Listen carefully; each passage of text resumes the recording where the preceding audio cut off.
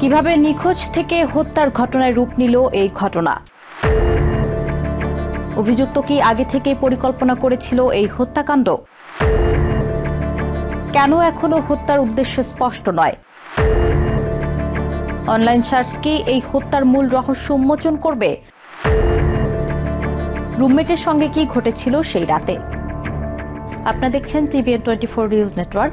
সবশেষ আপডেটে স্বাগত জানাচ্ছি আমি নূর। ইউনিভার্সিটি অব সাউথ ফ্লোরিডার 2 নিখোঁজ ডক্টরাল শিক্ষার্থীর ঘটনায় নতুন মোড় নিয়েছে।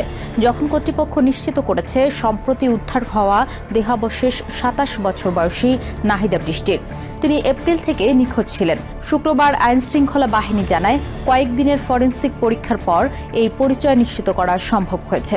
তদন্তকারীরা জানান দেহের অবস্থা অত্যন্ত নষ্ট হয়ে যাওয়ায় শনাক্ত করতে সময় লেগেছে। হিলসবরো কাউন্টির শেরিফ চ্যাড ক্রনিস্টার বলেন, বিশেষজ্ঞরা অত্যন্ত সতর্কতার সঙ্গে কাজ করেছেন যাতে পরিচয় নিশ্চিত করে পরিবারের কাছে সঠিক তথ্য দেয়া যায়। এর আগে একই তদন্তে বৃষ্টির বন্ধু জামিল লিমনের দেহাবশেষও উদ্ধার করা হয়। তিনিও 27 বছর বয়সী ছিলেন এবং 16 এপ্রিল বিশ্ববিদ্যালয় ক্যাম্পাস থেকে নিখোঁজ হন। তাদের নিখোঁজ হওয়ার ঘটনা শুরুতেই ব্যাপক উদ্বেগ তৈরি হয় এবং দ্রুতই এটি হত্যাকাণ্ডের তদন্তে পরিণত হয়। কর্তৃপক্ষ জানায় দুইজন একে অপরের ঘনিষ্ঠ বন্ধু ছিলেন। তাদের একসঙ্গে নিখোঁজ হওয়া সহপাঠী ও শিক্ষকদের মধ্যে আতঙ্ক সৃষ্টি করে।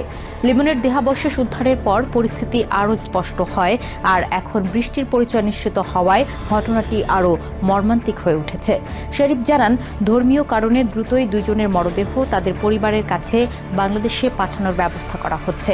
এ বিষয়ে সংশ্লিষ্ট কর্তৃপক্ষ পরিবারের সঙ্গে সমন্বয় করে কাজ করছে। এ ঘটনার মূল অভিযুক্ত 26 বছর বয়সী হিশাম আবু গারবিহে। তদন্তকারীদের অভিযোগ, তিনি লিমনের রুমমেট ছিলেন এবং তিনি 2 শিক্ষার্থীকে হত্যা করে দেহ গোপন করার চেষ্টা করেন। কর্তৃপক্ষ জানায় জামিল লিমনকে একাধিকবার ছুরি দিয়ে আঘাত করা হয়েছিল। তবে নাহিদা বৃষ্টির মৃত্যুর সঠিক কারণ এখনও প্রকাশ করা হয়নি, কারণ তদন্ত চলমান রয়েছে। শেরিফ বলেন, এখনও হত্যার উদ্দেশ্য পরিষ্কার নয়। তিনি বলেন, এই মুহূর্তে তা কেন ঘটেছে তারা তা জানেন না। এখন পেছনের কারণ এখনও বের করা যায়নি। 24 এপ্রিল পুলিশের অভিযানের পর অভিযুক্তকে গ্রেপ্তার করা হয়। তার পরিবারের পক্ষ থেকে 911-এ কল করে একটি পারিবারিক বিরোধের কথা জানানো হলে পুলিশ ঘটনাস্থলে যায়। পরে সেখানে উত্তেজনাপূর্ণ পরিস্থিতির সৃষ্টি হলেও শেষ পর্যন্ত তাকে আটক করা হয়। গ্রেপ্তারের পর তার বিরুদ্ধে অস্ত্রসহ 2টি ফার্স্ট ডিগ্রি হত্যার অভিযোগ আনা হয়েছে এবং তাকে জামিন ছাড়া আটক রাখার নির্দেশ দেওয়া হয়েছে। তদন্তকারীরা ঘটনার আরও চাঞ্চল্যকর তথ্য প্রকাশ করেছেন। তাদের দাবি, অভিযুক্ত তার অ্যাপার্টমেন্টের একটি ট্রলি ব্যবহার করে মরদেহগুলো গাড়িতে নেয় এবং পরে সেগুলো ফেলে দেয়। শেরিফ আবু গারবিহেকে পরিকল্পিতভাবে কাজ করা ব্যক্তি হিসেবে বর্ণনা করেন। তদন্তে পাওয়া ডিজিটাল প্রমাণ অনুযায়ী তিনি হত্যাকাণ্ড ও দেহ গোপনের বিষয়ে বিভিন্ন অনলাইন সার্চ করেছিলেন। এসব সার্চের মধ্যে ছিল মরদেহ কি ট্রাশ ব্যাগে ভরে ডাম্পস্টারে ফেলে দেয়া যায় কিনা এবং ছুরি দিয়ে মাথার খুলি ভেদ করা সম্ভব কিনা। এসব তথ্য থেকে তদন্তকারীরা ধারণা করছেন ঘটনাটি পূর্ব পরিকল্পিত ছিল।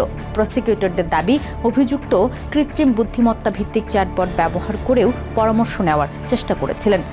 আদালতের নথি অনুযায়ী এই টুল তাকে সতর্ক করে জানিয়েছিল যে এমন কাজ বিপজ্জনক, কিন্তু এরপরও তিনি জানতে চান কিভাবে এসব অপরাধ ধরা পড়তে পারে। কর্তৃপক্ষ জানিয়েছে প্রযুক্তি কোম্পানিগুলো তদন্তের সহযোগিতা করছে এবং অভিযুক্তের সার্চ হিস্ট্রি সরবরাহ করেছে। তদন্তকারীরা আশা করছেন এসব তথ্য থেকে হত্যার উদ্দেশ্য সম্পর্কে গুরুত্বপূর্ণ সূত্র পাওয়া যেতে পারে। শরীফ বলেন, এগুলো হয়তো সেই কেন এর উত্তর দিতে সাহায্য করবে যেটা তারা এখনও খুঁজছেন। এই হত্যাকাণ্ড বিশ্ববিদ্যালয় কমিউনিটিতে ব্যাপক শোক ও উদ্বেগ তৈরি করেছে। শিক্ষার্থী ও শিক্ষকরা এই ঘটনায় গভীর দুঃখ প্রকাশ করেছেন এবং ক্যাম্পাস নিরাপত্তা ও মানসিক স্বাস্থ্য সহায়তা বাড়ানোর দাবি জানিয়েছেন। আইনি প্রক্রিয়া এগিয়ে যাওয়ার সঙ্গে সঙ্গে প্রসিকিউটররা আরও তথ্য উপস্থাপন করবেন বলে ধারণা করা হচ্ছে। এদিকে নিহতদের পরিবার গভীর শোকে রয়েছে এবং তাদের প্রিয়জনদের মরদেহ দেশে ফেরার অপেক্ষায় আছে।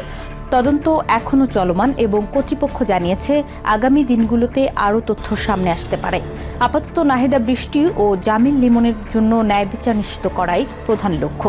এই মর্মান্তিক ঘটনা আবারও মনে করিয়ে দেয় সহিংসতার প্রভাব কতটা ভয়াবহ হতে পারে এবং সমাজে সতর্ক থাকার গুরুত্ব কতটা বেশি। তদন্ত শেষ না হওয়া পর্যন্ত অনেক প্রশ্নের উত্তর অজানাই রয়ে যাবে। নিউ ইয়র্ক থেকে সম্প্রচারিত TVN 24 টেলিভিশন বিশ্বজুড়ে বাঙালির কণ্ঠস্বর।